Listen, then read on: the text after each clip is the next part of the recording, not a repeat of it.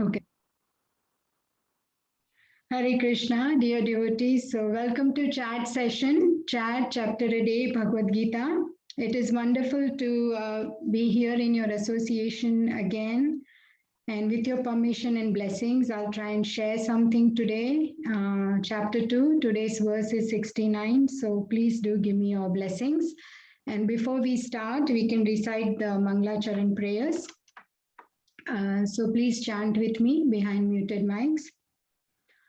ॐ अज्ञानतिमिरान्धस्य ज्ञानाञ्जनशलाकया चक्षुरुन्मिलितं येन तस्मै श्रीगुरुवे नमः। श्रीचैतन्यमनोभीष्टं स्थापितं येन भूतले स्वयं रूप गदामह्यं ददाति स्वापदान्तिकम्। वन्देऽहं श्रीगुरो श्रीयुतापदकमलं श्रीगुरून् वैष्णवांश्च श्रीरूपं साग्रजातं सहगना रघुनाथान्वितं तं सजीवं साद्वैतं सावधूतं परिजना सहितं कृष्णचैतन्यदेवं श्रीराधा कृष्णपदान् सहगना ललिता श्रीविशाखान्वितंश्च हे कृष्णा करुणा सिंधु दीनबंधो जगत्पते गोपेशा गोपिका कांत राधा कांत नमोस्तुते तप्त कांचन गौरांगी श्रीराधे वृंदावनेश्वरी वृषभानुसुते देवी प्रणमामि हरिप्रिये वाञ्छाकल्पतरुभ्यश्च कृपा सिन्धुभ्यैव च पतितानां पावनेभ्यो वैष्णवेभ्यो नमो नमः। जय श्री कृष्ण चैतन्य प्रभु नित्यानंद श्री अद्वैत गदाधर शिवासादि गौर भक्त वृंद हरे कृष्णा कृष्ण कृष्ण हरे हरे हरे राम राम राम हरे हरे। नमो विष्णुपदाय कृष्णप्रेष्ठाय भूतले श्रीमते राधानाथ स्वामिनीति नामिने। नमो विष्णुपदाय कृष्णप्रेष्ठाय भूतले श्रीमते भक्तिवेदांत स्वामिनीति नामिने। मुखं करोति वाचालं पङ्गुं लङ्घयते गिरिं यत्कृपातमहं वन्दे श्रीगुरुदीनतारणं परमानन्दमाधवं श्रीकृष्णचैतन्यईश्वरम्। Om Tat Sat. Hare Krishna. Okay, so we can start now that we have taken blessings of Acharyas and Guru Parampara and Lord Shri Krishna. So, next, verse 69. Ya nisha sarvabhutanam tasyam jagarti samyami yasyam jagrati bhutani sa nisha pashyato munehe. Translation and purport by Srila Prabhupada. Srila Prabhupada ki jai. What is night for all beings is the time of awakening for the self-control, and the time of awakening for all beings is the night for the introspective sage. Purport. There are two classes of intelligent men. One is intelligent in material activities for sense gratification, and the other is introspective and awake to the cultivation of self-realization. Activities of the introspective sage or thoughtful man are night for persons materially absorbed. Materialistic persons remain asleep in such a night due to their ignorance of self-realization. The introspective sage remains alert in the night of the materialistic men. The sage feels transcendental pleasure in the gradual advancement of spiritual culture. Whereas the man in materialistic activities, being asleep to self-realization, dreams of varieties of sense pleasure, feeling sometimes happy and sometimes distressed in his sleeping condition. The introspective man is always indifferent to materialistic happiness and distress. He goes on with his self-realization activities undisturbed by material reactions. What a beautiful purport by Srila Prabhupada. He's explained so clearly and beautifully in a very simple way. And I'll read the translation once again. What is night for all beings is the time of awakening for the self-control. And the time of awakening for all beings is night for the introspective sage. Now, this is one of the most important verse, and it is also one of the most quoted verses, and it is a metaphorical verse. So the day and night mentioned here are not in its literal sense, but they have been used as an example. So let's have a look how. So there are two types of intelligence Srila Prabhupada has mentioned in this verse. The first is the intelligence of Sthita Prajna. And we have seen the definition in previous verses in our here the previous sessions that a Sthita Prajna is one who is fixed in his consciousness, in Krishna consciousness, who is a self-realized soul, who is also who has got a Achala Buddhi. He is very fixed and he is firm in his understanding of his connection with Krishna. And so this person's intelligence is fixed on the soul, and that makes him experience bliss. He is awake, and this is the day of Sthita Prajna, which is night for the materialist who cannot see the things perceived by the intelligence fixed on the soul. And the materialist intelligence is fixed on the sense objects. That makes him experience happiness, lamentation, and bewilderment. So this is his day. He is awake. So he is bound by the modes and bound by the actions of his karma, because the minute you don't have Krishna in the center, your activities are based on your own sense gratification, then the reaction takes place. And this reaction could be either happiness, lamentation, or bewilderment. So this is very much falls under the Karma Kanda. The entire section, actually, this 54 to 72 is very important, and I think it's the most practical, because all the verses, they can be understood and contemplated on, because it shows us in true sense how to live according to Shastra. So going back to the materialist intelligence, what is his day is the Nisha, the night for the Sthita Prajna, as he is disinterested in material objects, because we can see how he is fixed on the soul consciousness. So just give me one moment. I need to mute probably. Okay, that's done. Now, so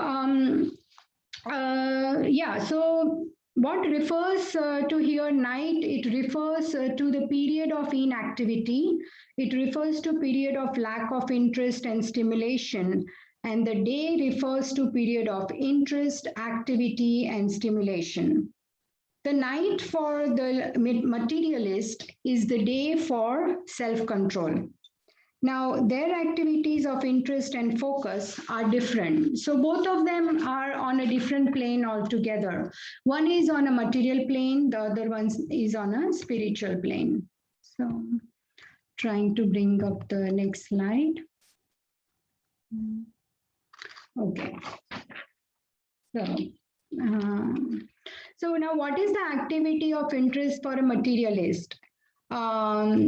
It's basically said in the Shastra something called Punas Charvita Charvanam. Again and again chewing the chewed. So that is based on sense gratification. What one has done, being in lower species of life, they want to continue doing that, enjoy the same way in the human species. And if you think about this, what is so great about this? But if you know, like human life is actually for something much higher. It is for self-realization. It's for asking a question, who am I? Why I am here? What is my relationship with the Supreme? It is for Brahma Jigyasa. So it is for connecting with the Supreme Lord. And this way the materialist goes on wasting life in sense gratification. And this, the night refers to lack of interest, and it does not have any substance or meaning. So what is day for the materialist is night for the spiritualist.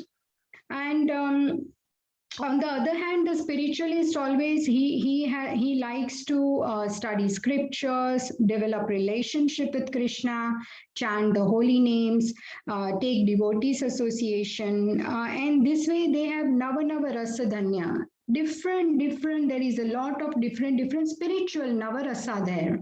But this is not understood by the spiritualist because he is sleeping when this is not understood by materialist because when spiritualist is doing his activities, it is night for the materialist. He does not want to do such activities.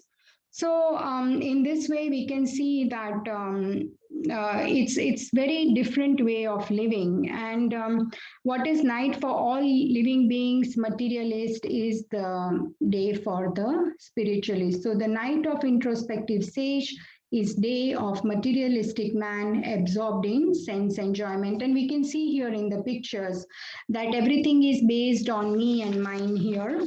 What they are doing, we can see here from the pictures everything about whether it is eating, collecting wealth, or enjoying.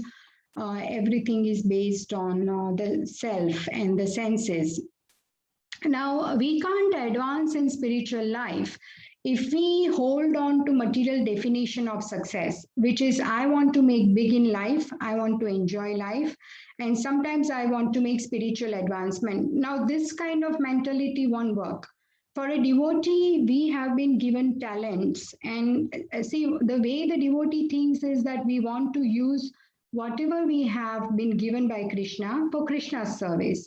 And if he gets success, that is wonderful. But devotee does not get caught up in success either. Devotee's goal is not the fame, but it is prema, love for Krishna. And as a loving offering, devotee does wonderful services to Krishna. And so goal is different to materialist. Also once when Srila Prabhupada had met Alfred Ford, now for the first time, he is a great grandson of Henry Ford. And Alfred Ford now is obviously Ambrish Prabhu, he's initiated senior devotee. But at that time, when Srila Prabhupada met him, he asked that, how is your grandfather doing? Where is he now? And we all know that Alfred Ford was a famous pioneering businessman of Ford cars, automobile industry, and one of the wealthiest in the world. So when Srila Prabhupada asked this question, his point was that even though this person was such a big, owned a big empire, a corporate empire, a legacy, he's gone. And so this wealth is not going to stay with us. What is there with us, rather than try to hold on to it forever, which is futile, one actually uses those possessions in devotional service. And that is the real renunciation. Like as we heard in previous classes, that don't focus on detachment, but attach to Krishna, and automatically detachment to sense gratification will follow. So if we use our possessions for Krishna's service, then that is the best way of serving the Lord, because whatever we have is by the grace of the Lord. It is His grace. So we need to offer it to Krishna, and then, for example, a flower or food, and then we accept it back as prasad, because that flower, that food, whatever we offered has become spiritualized. So it has to be offered to Krishna first. So in this way, we also know, we learned in verse 2.40 that there is no loss and there is no diminution in Bhakti Yoga. So this is these are the two different perspectives between materialist and spiritualist. So there is also a lot more to speak on this, but yeah. Materialist intelligence is divorced from ultimate reality, and which is the ultimate reality is that we are eternal beings and we want ultimate happiness. So when one neglects this and focuses on temporary, trying to make the temporary better and better, that is not full potential of human life. And also, see, the materialistic people, they hardly ever think of Krishna, because what happens is when they do so, for them, it becomes a complete loss of freedom and sense enjoyment. So this happens because they see himself or herself as a material body and wants to do everything possible for maximizing bodily enjoyment, for that's the only enjoyment they know. And in contrast, the introspective, thoughtful, spiritual person knows himself to be eternal soul who is temporarily residing in material body. So they see no reason to spend more time than necessary on decorating the residence, the body. They focus on the person inside the residence, the soul, on releasing its potential for love for Krishna. And he thinks of Krishna for serving him, for loving him, pleasing him, abiding by the will of the Lord, and dedicating their life to him. So, nonetheless, see that by studying Bhagavad Gita and Srimad Bhagavatam and practicing its prescription of Bhakti Yoga, or even trying to practice, we can slowly increase our attachment to Krishna till Krishna becomes our first thought. So we can aspire for this ahitukiya pratihata, uninterrupted, unmotivated devotion to Supreme Lord, and that is the Samsiddhir Haritoshnam. So making our life a constant celebration of divine love of Krishna, that is our goal. And there is a beautiful verse in 10.14.36, and this is past the Brahma Vimohan Leela, when Brahma actually comes out of the bewilderment and he prays to Krishna. And here in the verse, I cannot see the verse, 1 minute. Yeah, there it is. Tavat ragadayastena stavat kara gruham gruham tavan moham grinigado yavat Krishna nate janaha. So the first two lines of the verse here, what it means from Srila Prabhupada's purport is that until people become your devotee, Krishna, their material attachments and their desires remain, they become a thief. So in a material world, a conditioned soul is as good as a thief who is trying to enjoy someone else's property, basically God's property, with so much of material desire, and they are imprisoned in their homes, which are like prisons, which is too much attachment to household life without Krishna in the center. So that kind of materialistic life is as good as prison. And the last two lines of the verse, what Prabhupada explains as, is that their affection to their family members is all like shackles on their feet. So whatever material emotions we are holding for our material relationships, they are like feet shackles. And households we are living in without Krishna in the center are like prison cells. This is actually not a criticism of an ideal Krishna conscious Grihastha life, but it's a criticism of Brahma towards those who are living a materialistic life, just thinking that me, mine, I, my belongings, my relatives, my house, my country, so on and so forth. So this is me and mine consciousness without Krishna in center. So what is an ideal Krishna conscious family? Now we can see in this beautiful picture, the scene in Vrindavan, how everyone goes on with their daily activities, but it's all centered around Krishna. They engage in ordinary activities daily, but in loving service of Lord Krishna. Their consciousness is not for 1 second without Krishna. So this is what actually one can do, that every member in the family can think that I am devotee of Krishna, and all others are also devotees or servants of Krishna in my family. And Krishna is so merciful to keep me amongst all these family members, the devotees, and let's together practice devotional service. Let me serve all my family members who are children of God, servants of God. Let me take their association to come one step closer to Krishna daily. So this way, devotees, they love their family members by keeping Krishna in center and render service to them. But if that is missing, then as the verse says, Gruham, home is a Karagruham. It means prison. Thus, this Vrindavan consciousness can really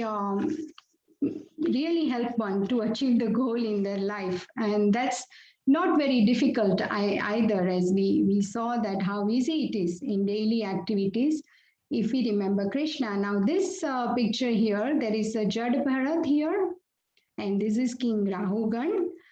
And there's this beautiful pastime we know in the fifth canto that Bharat Maharaj, he goes through three births. First he is King Bharat, then he becomes a deer, and then again he gets a human life as Jada Bharat, but he's extremely a realized person, and he's extremely Krishna conscious in his this life because of his previous realization of God. And in this beautiful verse, Srila Prabhupada mentions in the purport that when one becomes unconscious due to being bitten by a snake, one cannot understand what is taking place outside the body. This unconscious condition is the condition of deep sleep. As the verse here says, Kvachin nigino jagarahina jano na vaiti kinchit vipine paviddaha dashtasmasete kvachadvanda shuker andonda kupe patitastamisre. So similarly, a conditioned soul is actually sleeping on the lap of the illusory energy. Andonda Kupe. So bhakti, and here we can see in the translation that the conditioned soul in the material forest is sometimes swallowed by a python or crushed. And same, even in the purport, I couldn't put everything on the slide, but this is the state of deep sleep, which means, as we were saying, the Nisha, the night of a materialist. This is the day of the materialist. He's living in sense enjoyment, and he's bitten by so many material attachments, but he just carries on like this and lives a hellish life. So this is the day of the materialist and night for the spiritualist. And even there is a beautiful bhajan sung by Bhakti Vinoda Thakur. Srila Prabhupada has given a beautiful class on this verse, and this I have taken from hearing Srila Prabhupada's class, and there he says that Bhakti Vinoda sings, Jiva Jago, Gora Chanda Bole, Kota निंद्र जाओ माया पिशाचीर कोले. So he says that, all living entities, how long will you sleep in this condition on the lap of illusory energy? And people do not understand that they are actually sleeping in this material world, being devoid of the knowledge of spiritual life. And even Chaitanya Mahaprabhu therefore says, Enechi aushadhi maya nashi barolagi Hari Nama Maha Mantra Lao Tumi Magi. And the translation is, I have brought the medicine that will wipe out the disease of illusion from which you are suffering. Take this Maha Mantra, Hare Krishna, Krishna Krishna, Hare Hare, Hare Ram, Ram Ram, Hare Hare. So the process is very simple. Lord Sri Chaitanya Mahaprabhu has made it very easy for us, and because the whole thing is so focused, also in the purport of Srila Prabhupada has given so much importance to the chanting of the holy names in Kali Yuga. That is the main medicine. So if we want to live in the day, as per this verse of a spiritualist, then what we need to do, first step is chanting the holy names and then taking shelter of Krishna in this way, because there are three things, like by Kirtanam, what happens is by Smaranam will come, because first we need to chant. We need to chant the holy name, and we need to associate with devotees and read scriptures and discuss. Then the Smaranam will come by practice. So this is why chanting is the first step. And then there is also this beautiful prayers that King Kulashekar has compiled in a stotra called Mukundamala Stotra. And the verses, the prayers are extremely beautiful. The first 6 verses of this Mukundamala Stotra are actually translated beautifully by Srila Prabhupada. And thereafter, the remaining were done by his disciples. So this particular shloka is number 31 of Mukundmala Stotra, and it's a very long one, but I would like to recite because it is quite purifying to recite the verses and understand them. So I'll try. Shatru Chedaika Mantram Sakalam Upanishad Vakya Sampujya Mantram Samsarocheda Mantram Samujita Tamasah Sanga Niryana Mantram Sarvesvaryaika Mantram Vyasana Bhujaga Sandrishta Santrana Mantram Jihve Shri Krishna Mantram Japa Japa Satatam Janma Safalya Mantram. So here the word mantram has come 8 times in this shloka, and it describes the glories of the holy name of Lord Shri Krishna.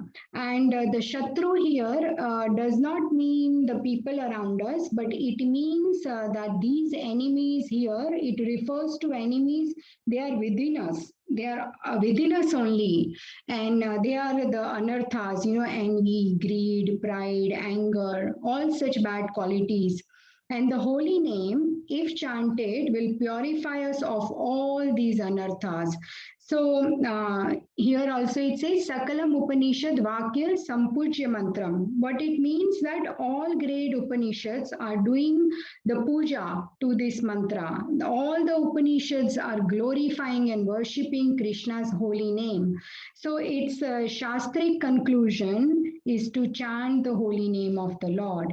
Then in the next line, it says this holy name can completely uproot the repeated birth and death cycle that we are in. And in an appropriate way, it can drive away the darkness of ignorance completely. And that's what we are discussing in this verse. What is that darkness? That is the night of the materialist. We have lot of deep attachments to this material world out of ignorance, and we can come out of this darkness by power of the holy name. That is something that will detach us from the sense gratification. And holy name can also give us all spiritual opulence. We can get wealth of Krishna prema. Real treasure a devotee can aspire for is love of Godhead. And also Vyasana Bhujaga. Here it says Vyasaka Bhujaga Sandashta Santrana Mantram. So the snakes of the material attachment, the conditioned souls, materialistic in this world, are bitten by the material desires, and we need to reduce the poison. And if we chant the holy names, then this poison will be subdued. And Sri Krishna Mantra for curing the poison of this material attachments. So, and then the shloka says, Jive Shri Krishna Mantram, Japa Japa Satatam, Janma Safalya Mantram. So please chant, always chant Krishna's name, O tongue, please chant, and in this way make your life successful. So I thought this verse was very appropriate, this shloka. And one more very, very sweet shloka of the same stotra is this one. And we can see that how it refers so nicely also to understand this verse. I'll recite the verse and then. Alamalamalameka praninam patkanam nirasana vishayeya Krishna Krishneti vani yadi bhavati mukunde bhaktirananda sandra karatal kalita sa moksha samraja lakshmi. So here We can see in this picture 6 Goswamis, and there are beautiful prayers of Kunti Maharani in the first canto, 8th chapter, 26th and 27th verse specifically makes a lot of sense with regards to this, the what we are studying here, the materialist and the spiritualist mentality, that there are four things, Janma, Aishwarya, Shruta and Shri. So Janma is the high birth, Aishwarya opulence, Shruta is the education, and Shri is the beauty. So one can have such possessions, but one should not become possessive of it. And also, Kunti Maharani says that these are the disqualifications on the path of spiritual advancement. One who is so attached to these four high qualifications cannot actually understand the holy name, cannot get closer because they cannot chant these names with deep intensity because they've got all these other four things in their life. And here we can see that Rupa Goswami, Sanatan Goswami, Raghunath Das Goswami, they already had in their life all these. They had lot of opulence. Raghunath Das Goswami comes from a family of a big zamindar. He was a son of this big zamindar, a lot of opulence. And Rupa Goswami, Sanatan Goswami, they were ministers in the government services. And they had everything, but they gave up their worldly prosperity for the sake of the service of the Lord. They left the material opulence to gain something superior. And these devotees, they have the secret treasure house at the lotus feet of the Lord. They knew the secret treasure house is actually lotus feet of the Lord. That's where it is. So they gave up everything. And even we know this pastime, Sanatan Goswami had a touchstone, right? And then that stone can turn anything, like if it's iron, it will turn into gold simply by touch. But he left it at the pile of refuse. And thus, even we can see that Srila Prabhupada, everything that is it's said about 6 Goswamis, like we can see how Srila Prabhupada started off this struggle to just because of this instruction of his Guru Maharaj to preach in English to the Western world, he went through, we know, all the miseries, struggles, and troubles physically, and so many, the heart attacks during that journey. He had nothing. Nobody was there to receive him when he arrived in America. And then look here, look at this picture. What happened afterwards? There are so many beautiful centers and temples around the world. And we are here we owe so much to Srila Prabhupada. There are these beautiful Matajis here, children, Prabhus, all dressed up so nicely in devotee outfits and chanting, singing, glorifying the Lord, everyone with their beautiful chanting beads. And here is Srila Prabhupada. So we can see that they have, what the verse is saying is that such a pure devotee, because they possess this devotion for the Lord, they hold in their palms the gifts of liberation, worldly influence, and wealth, which is something that they don't even give any importance to. What is of importance to them is love for Krishna, serving Krishna, loving Krishna, sharing Krishna with everyone. So as this verse says that Krishna, Krishna, chanting these names are sufficient to drive away all the sinful reactions accumulated by all living entities in the entire cosmic manifestation. They can be washed away and driven away simply by chanting.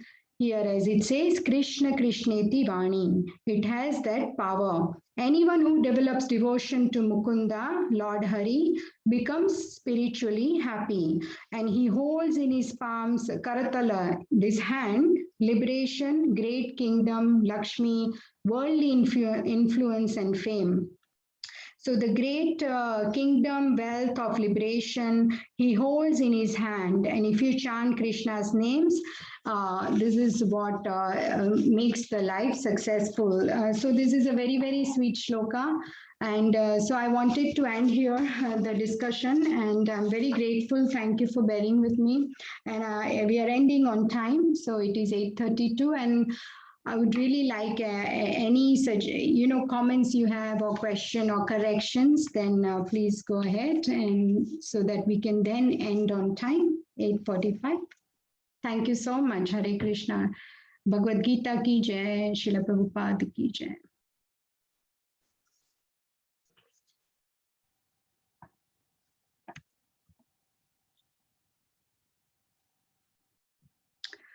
Okay, let's have a look at the chat. Yes, so the recitation was extremely beautiful. Yes, absolutely.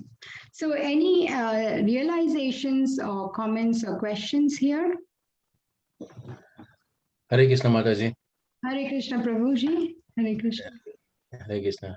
Thanks for a wonderful class. I'm sorry I couldn't get the point which you mentioned in the beginning. Now for devotees or Vaishnavas, it's a daytime, and for the materialists, it's a nighttime. It's basically, you said it's not actually day and night in the material world. You mentioned something else. Sorry, I couldn't understand. If you could repeat that, please. Yeah, sure, Prabhuji. Yes. Thank you. So what is this verse saying is that what is the daytime for a spiritualist? So what is the spiritualist daytimes? What do devotees do in a day? So if we go back to a devotee in the daytime is chanting, he's whatever activities he's doing, he's offering it. It's like it's done as an offering to Krishna. So, and a spiritual person, he is someone who is fixed on his goal of achieving Krishna's love. So he is fixed on the soul. So for him, the priority is how can I please Krishna? It is not what are my senses wanting for my happiness. No, that is not what a sthita prajna or a spiritualist wants. So that is his daytime, because that is his activity, right, Prabhuji? When he is in the state of activity, it is his day. But what is the day and state of activity of spiritualist is a night for the materialist. Because what spiritualist doing, those activities materialist doesn't want to do, because he wants to enjoy the senses. So for him, he's putting himself first. And on the contrary, the spiritualist is putting Krishna first. So what materialist does, spiritualist doesn't do. So materialist activity is his day, that is night for the spiritualist, because he will not do what the materialist is doing, which we saw in these pictures here, that how he's always thinking of gratifying his senses. For him, he is first, because he is thinking on the bodily platform. He is not thinking on the soul platform. And the foundation of Bhagavad Gita, it starts with that we are this soul, we are not this body. Mamai Vamso Jivaloke, Jiva Bhuta Sanatana. We are part and parcel of Krishna. So everything we have is by the mercy of Krishna. It is by the grace of Krishna. So we have to offer it to Krishna and then accept it as prasad in our life. And then that is the right way of living. And that will also open the doors of liberation for us. It will open the doors to going back to Godhead. So that's what the intelligent person does. And as Srila Prabhupada says, that is the right intelligent person. So now Prabhuji, does it become a bit clear? Does it make sense that this day and night is used as metaphor? Yes, Mataji, it's clear now. Thank you very much. Thank you so much for your question, Prabhuji. Yes, absolutely. Even when I read this verse first, I thought, oh, day and night, geography, night in America, day in India. No, that's not what it means. And then with the mercy of Srila Prabhupada, we can understand because the purport is so beautiful as well, right? So because he puts it in such nice, simple language that then we can read it once, twice, if not understood, read 3 times, and then we can understand. Any more questions? What is the time? Is 8:37. Okay. Mataji, the songs that you sang was very, very beautiful, very nice. Mukundamala Sutra, and as well as Bhaktivinoda Thakur's verses very nicely recited. Yes, Prabhuji, Mukundmala Stotra I learned recently. I did not know after coming to Krishna consciousness, and then when I learned, then understood read the meaning and everything, I thought these are really beautiful shlokas, and even Srila Prabhupada has translated. So yes, of course, we can recite this. All the shlokas are centered on Krishna and Bhakti Yoga, and they are total 53 shlokas. So 53 shlokas you can recite in 21 minutes and try and read the translations daily. The more we repeat, it's very nice. So it's good for our consciousness. Even this one is one of my favorites. Actually, nowadays in our house, this is recited so many times that my family members have by hearted because they hear me reciting all the time. Because it's a very, very sweet shloka. And the meter is also very beautiful. So sometimes initially we get attracted because of the meter, the way, and then with Krishna's mercy and Guru Maharaj mercy, then we think, oh, what is the meaning? Because then the family is asking, what is the meaning that you are reciting? Then we discuss with them. And then I thought, okay, finally, I'm trying to do like live with the family members like devotees and discuss Krishna Katha. So I'm a practicing sadhaka and just trying, Prabhuji, just trying to, So yes, these are very beautiful shlokas. Actually, there are 53 and sometimes you think which one to put on the slide and which one not to put. So it becomes a dilemma. It's very inspiring, Mataji. You can learn from the way you recited. Everyone can do, Prabhuji. Thank you. Thank you. Yeah, any other comment, question? So, okay. So if there is no more... Hare Krishna, Mataji. Yes, Mataji? Yeah, but you're mentioning these 53 slokas. Where can I find them? Okay, Mataji. So it is very simple. If you go on Google and if you put Mukundmala Stotra lyric, Okay. Mukundmala Stotra lyrics, they will come up. And Okay. then they're all there. And then the translation is there also. So you can read them. Yes, definitely. Thank you. They're very nice. Thank you very much. Hare Krishna. Thank you so much, Mataji. Hare Krishna. Thank you for your participation. Thank you for bearing with me. Yeah. Thank you very much, Mataji. Thank you. So if there is no more comments or questions, also there is one announcement that because it is Sri Krishna Janmashtami on Monday and there is a celebration starting from tomorrow itself, Saturday, Sunday, Monday, 3 days at Shri Bhaktivedanta Manor Dham. So please do take part, and because of that, there will be no chat session Saturday, Sunday, and Monday. We will not hold any chat session. That is the message from His Grace Divyanam Prabhuji. So the next session will be on Tuesday, the 31st August, right? Yes, Tuesday will be the next session. So please please do,